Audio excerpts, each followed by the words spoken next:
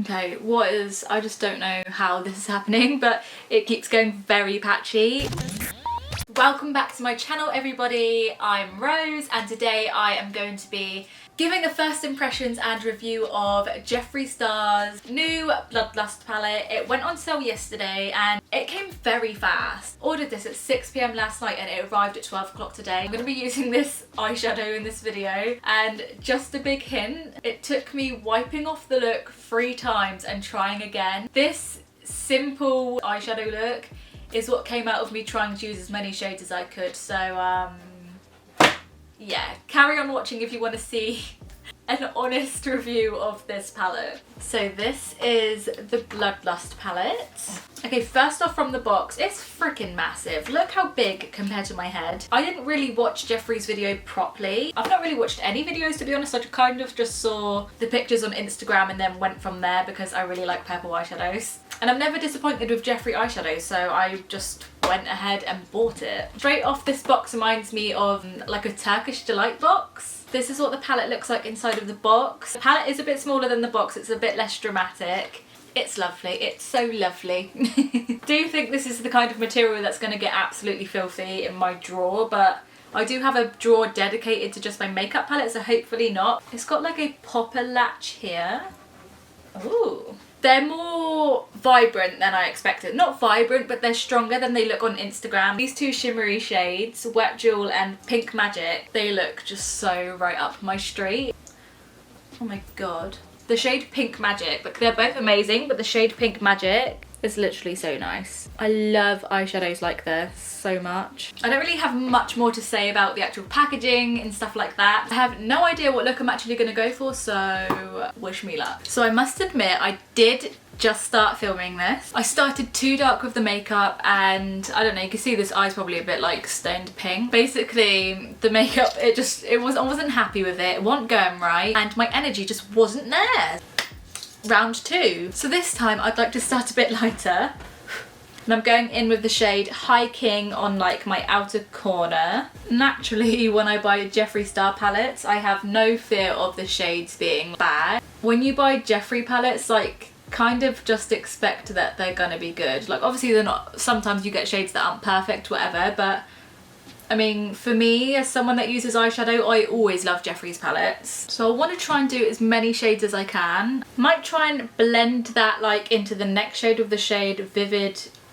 I nearly said Vivid Wood. Vivid Mood. So get some of that, and then I'm going to kind of like try and transition into a next shade here. There is some patchiness happening here. I don't know what that's all about. That could be because I wiped off my makeup before and like I just slapped some concealer on there. I can see here like it's kind of gripped in the middle to certain bits of skin. I think I might try and go in with the shade Scandal Water and then lay that next to Vivid Mood. I look like I'm just kind of going for some sort of a rainbow thing here. Okay, so straight up that shade seemed to lay down better than Vivid Mood. I'm not going to fault it yet though, because I do feel like it probably is because of how I did it. But I feel like pastel shades are always really hard to work with anyway.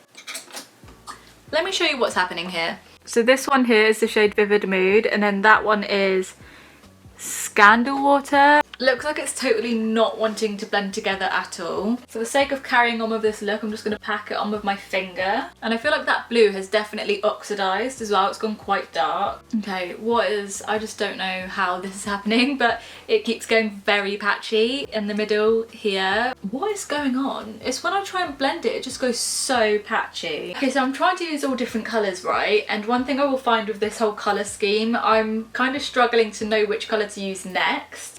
For goodness sake, I'm gonna have to start all over again. Okay, for a 3rd time, let's restart this bloody look. So I am gonna start again with High King and just put that all in the outer corner and crease. I'm gonna go in with the shade Betrayal and try and like deepen that up a bit. See, when you do what you know, it goes so much better like straight away.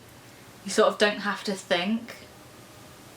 So far so good with these first 2 shades. Out of all of the shades I've tried, it's definitely the pastel-y shades that I'm having problems with. Otherwise, yeah, I really like it.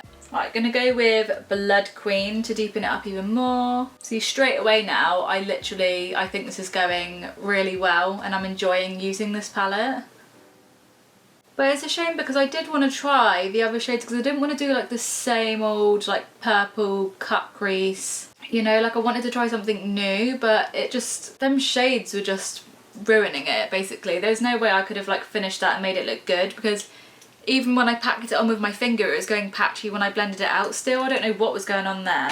Okay, I'm going to go in with a bit of Dungeon here because it's not as dark as Executioner, which I know is very pigmented because I tried some of it earlier on the first go of this look. And this like isn't so hard, so I'm just going to use this to deepen it up a little bit more. That's good. That's like a really nice shade to deepen this up like without going too hard. So I'd like to attempt to add a shade here to help with the blending. To be honest with you, I might try Vivid Wood again with that blending bit up there. I've got to give it another chance, you know. That has like done a really nice job, you know, like it's really blown it out a bit more. So I guess using it for like more, I don't know, like more dispersed, like try and use it packed in one area. I think that maybe is what made it go so patchy. Okay, so I want to work on like a middle shade here. I'm going to go in with Take the Crown here with my finger and put that in the middle bit. Oh my god, that's very pretty. Let's blend it in a bit. I don't know, I just really don't know how to put these shades together because now I really want to use the shade Pink Magic. Let's just take it and put it like here, basically on top of Take the Crown. Well, one thing's for sure is I'm not disappointed with the shimmer shades because they are so nice. I can handle a few patchy pastel shades if it's going to have really nice like deeper mattes and shimmer shades because they're what I use anyway. I never really use like pastel shades. I'm going to go with Wet Jewel, literally the freaking nicest shimmery pink I've ever seen in my whole life, and put it sort of on the inner bit. You know, I feel like because there's like other shades in here, I feel like something he could have done was maybe put more like, I don't know, maybe deeper pink shades. I guess that's just my preference to it though, because I do like to do pink and purple together. Something needs to happen here, it's just not as amazing as I wanted it to be. Do you know what, I think I'm just gonna bite the bullet and deepen it up a bit with Executioner. That Executioner shade has just blended in so nice. Considering it's really pigmented, it's like, it's just blended throughout it really well. And I'm not even someone who can blend good either, so that just shows you. I'm gonna cut the crease to try and be able to incorporate more colours. I would really like to make full effect of the shade Pink Magic, so I'm gonna take that on my finger and use that on the cut crease bit. On a really fine paintbrush, I'm gonna take the shade Bleeding Out and then do that little line that I do on my cut creases there. I know I only did a little thin line with that Bleeding Heart red shade, but it has spread out like a long way. Okay, I don't really want to touch it that much more, so I'm just going to finish this eye with winged eyeliner and lashes. I will see you in just a second when I have finished my other eye and everything is ready, and I'll give you my quick final thoughts. Obviously, it is a beautiful palette, like inside and out. But the fact there's all these shades and I come out with literally just purple eyeshadow. I was hoping to get more out of this. I was hoping to be more like, oh my god, it's freaking amazing. But it's really good, obviously. I really like the darker shades. The shimmer shades are amazing.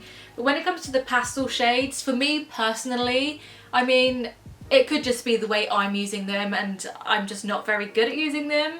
But from a normal person who isn't massively creative with eyeshadow and what have ya, I do feel like the pastel shades are kind of wasted, and I wish they were more like vibrant shades, even if they're like similar shades but just darker, you know. But I do feel like this is one of them palettes where I will only reach for it to get particular shades out of it, like maybe to just use the purple shade or like one of the shimmers. I just feel like I couldn't work with multiple colours in this on one look, and I just ended up with this most simple as hell purple eyeshadow. So thank you very much for watching my video. I hope you did enjoy and maybe decided if you want to get the Bloodlust palette when it next goes on sale. Before you leave, don't forget to leave me a big thumbs up and subscribe, and I will see you in the next video. Bye!